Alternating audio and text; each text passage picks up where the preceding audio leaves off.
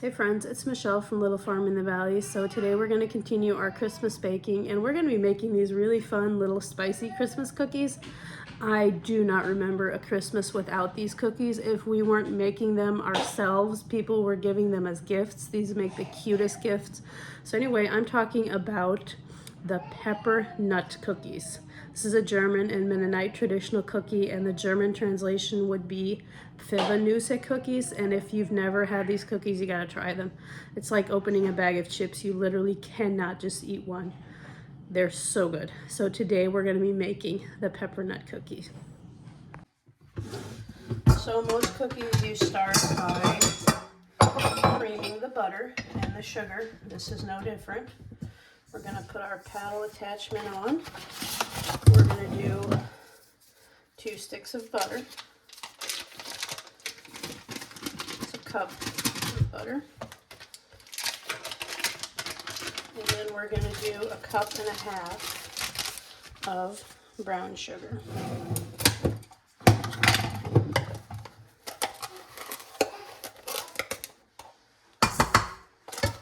So I'll just do my 1/2 cup 3 times. And then we're gonna let this cream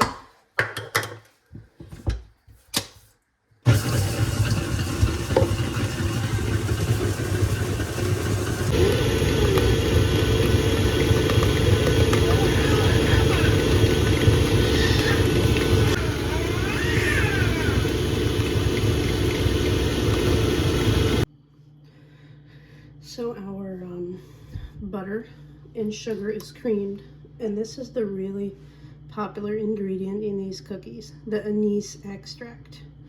Now you could skip it if you really hate it, but to me these cookies would just not be the same without it. 2.5 teaspoons.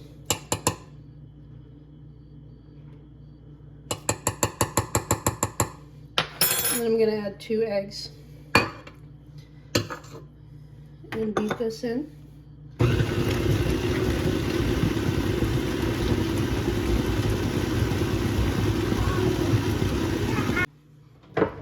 So now we're going to add 1/2 teaspoon of salt and 2 teaspoons of baking soda.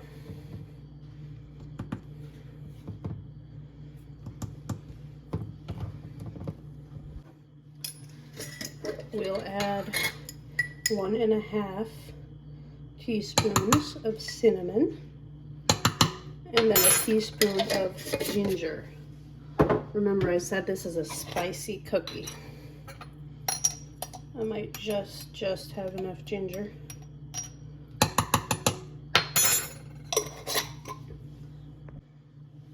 So one ingredient that I just could not find for the life of me was white pepper. So I'm going to try and add the black pepper. I don't know if this is a good idea, but I just could not find white pepper. I don't have cardamom spice, but I have an essential oil of cardamom. Not actually sure I'm saying that right. Cardamom, yeah. So I'm gonna add maybe 2 drops.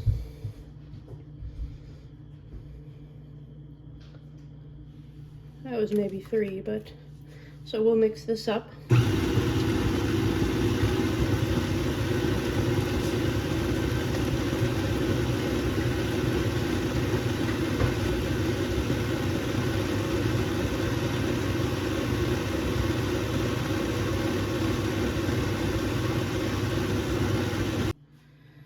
So our last ingredient is 3½ cups flour.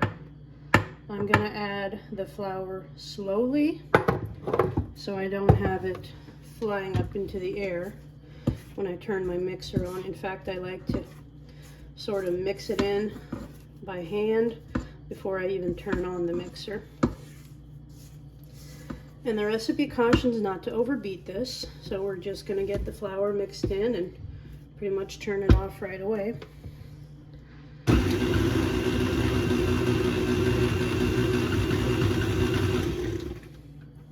It's going to be a stiff dough, I think.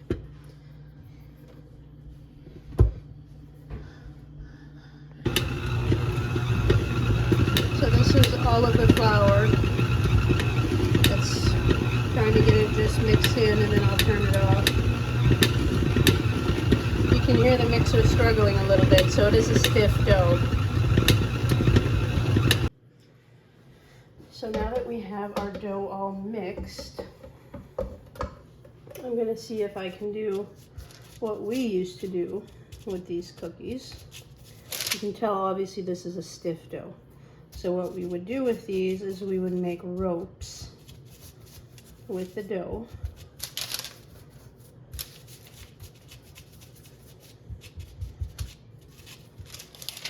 I think this is a pretty good thickness. Anyway, after we make all these ropes out of the dough, we're going to refrigerate it because this dough likes to be chilled before you bake it. So it's going to be super easy.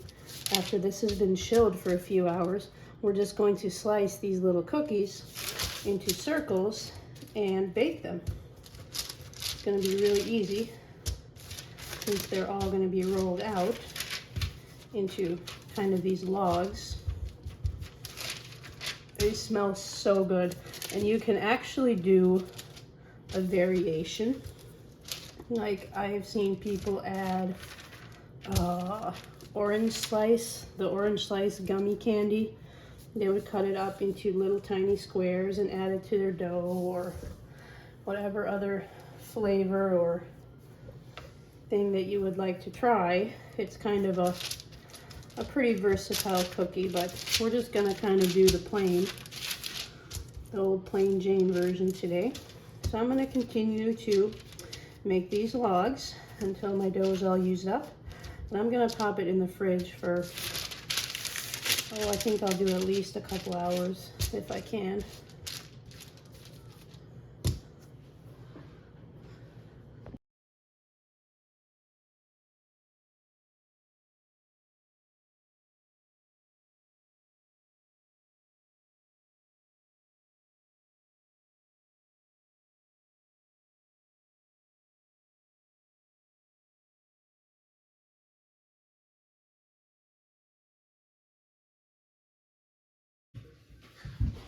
So here's all my logs. I'm gonna try to slide it onto this tray so I can put it in the refrigerator. Not sure how well that'll go, but I'll try.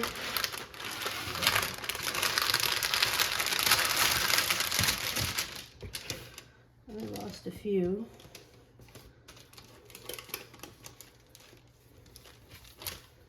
And then I'm just gonna keep these in the fridge a few hours. I'm gonna try and do about 2 hours, I think.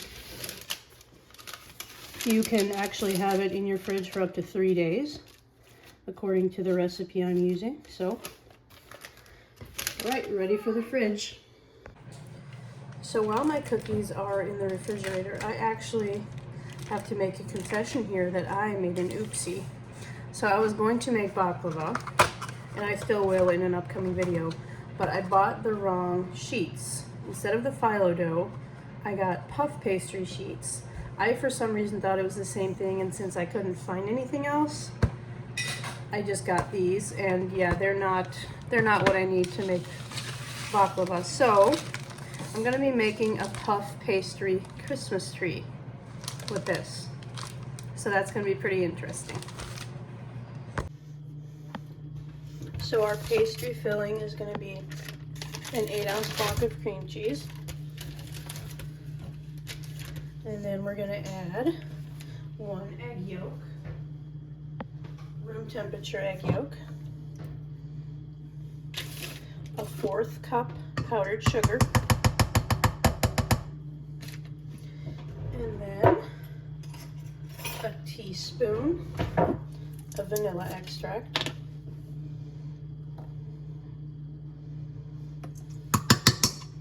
and we're going to do a teaspoon of lemon juice,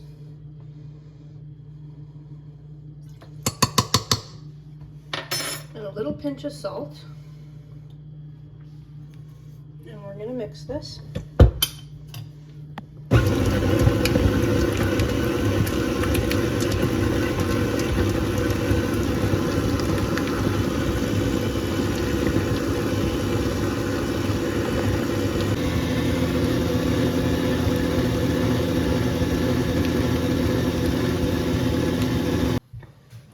So I've never actually worked with puff pastry before, so I don't even know what this is supposed to look like, but we're going to lay them on this parchment.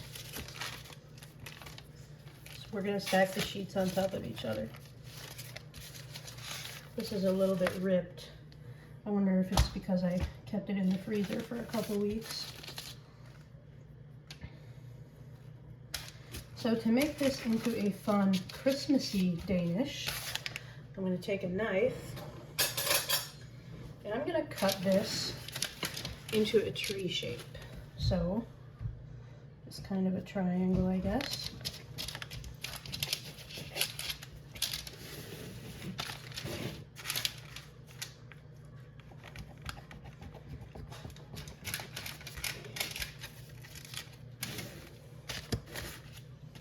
Now we're going to take the top one off, and we're going to take our filling. I guess I'll save some filling because I don't want to throw away this excess. So I might make just little pieces, I guess, with that.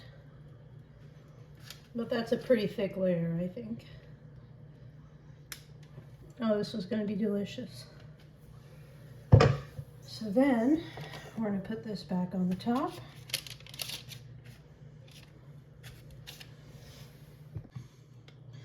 So I don't have a cookie cutter, but apparently you can make a star for the top of your tree using a cookie cutter. So I'm just going to try to make one here with my knife, a star shape.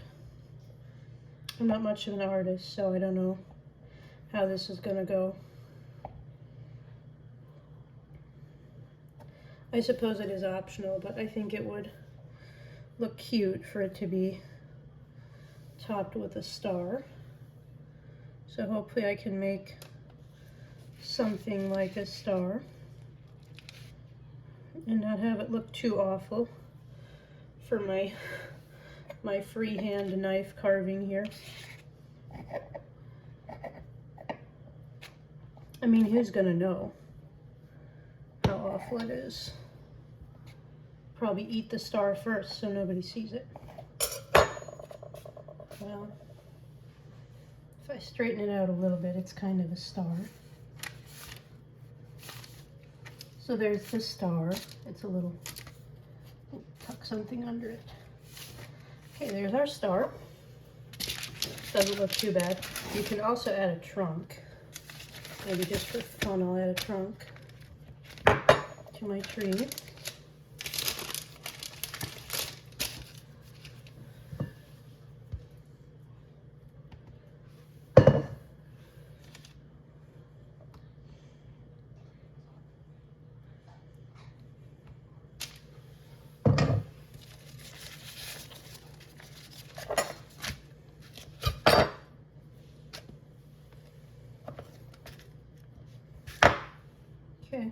trunk.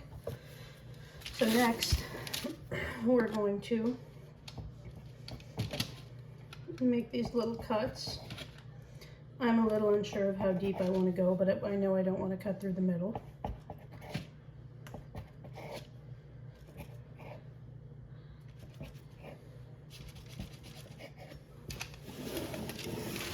Guess you want to try and keep it even. Keep your slits even here.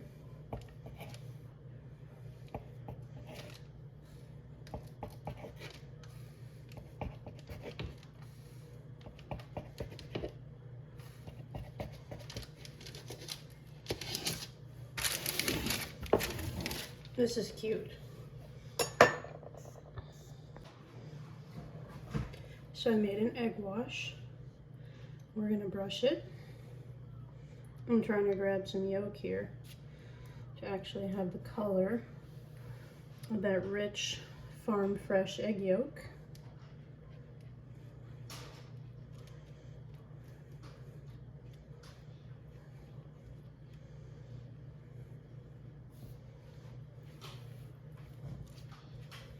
This is what really gives your pastry a nice rich color, is the egg wash. You can obviously choose to not do it, but I like to do egg washes on a lot of stuff that I bake. Honestly, I think it is really pretty just the way it is, but next step would be to make little twists out of your tree branches, I guess, like so. I mean, I think it'll be really pretty too, but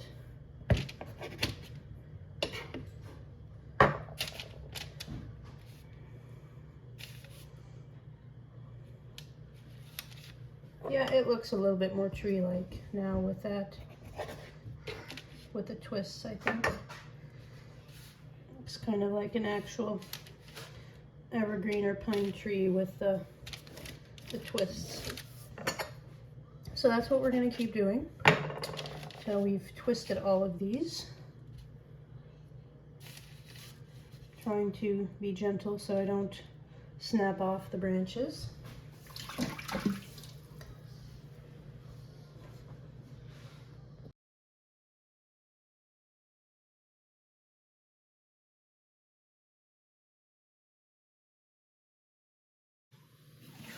So here's what it looks like, all twisted up. And I'm going to set my oven to 400 degrees and we'll get this baked. So with my leftover dough here, I'm going to take my rolling pin and see if I can just kind of make a sheet out of that and spread my remaining filling on here.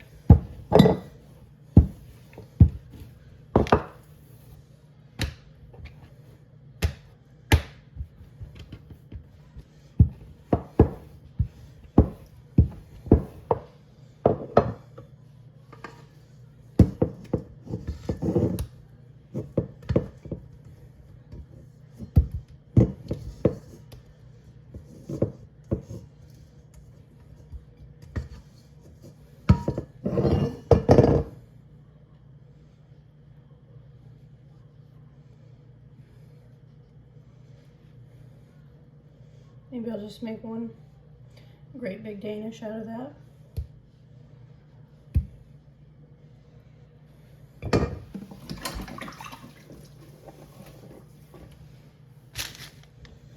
Tuck the edges in a little bit and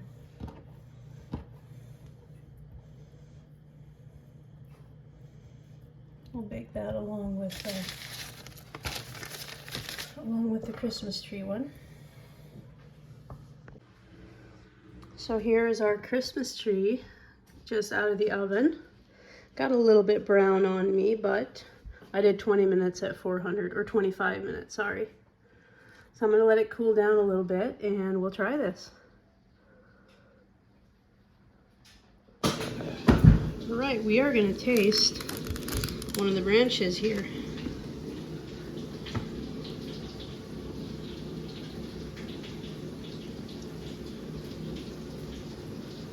Is it good?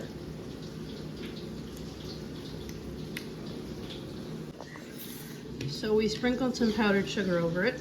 Stetson is unsure what he thinks of it, but I'm gonna try it.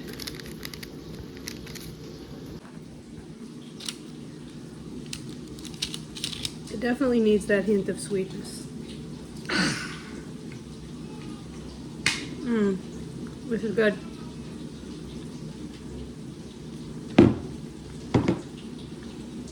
Definitely add the powdered sugar on top.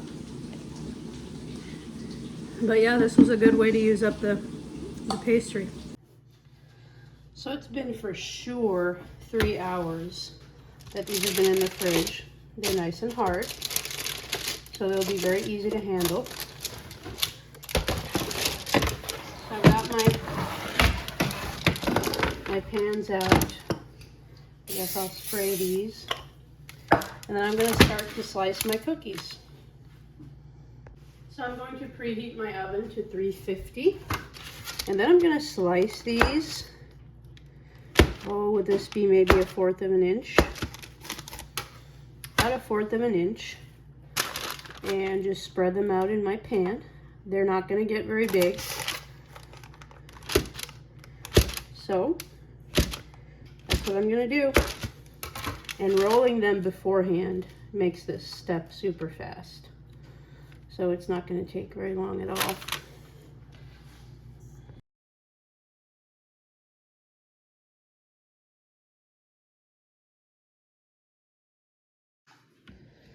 So we're going to bake these at 350 for about 10 to 14 minutes. They're supposed to be a brown, crisp cookie. And while these are baking, we can slice up another pan.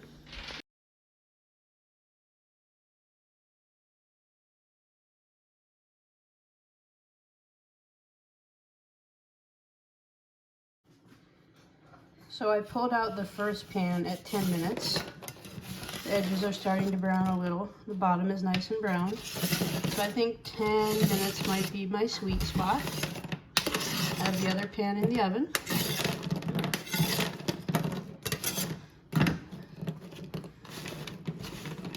They're soft-ish at this point, but it's not going to take them very long to harden.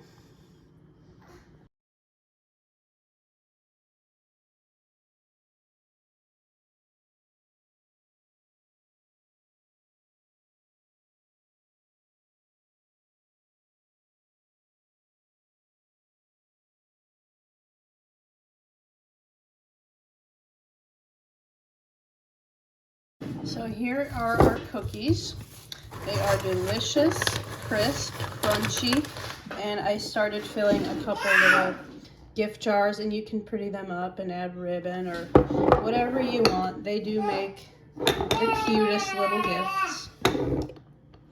So these are the pepper nut cookies, or as we like to call them, the Pfeffernusse cookies. And they go great with tea and coffee and just pretty much any time of the day. They're definitely a Christmas treat. Anyway guys, thank you for watching. If you enjoyed this video, as always, don't forget to like, share, and subscribe so you never miss a video. And we will talk to you soon.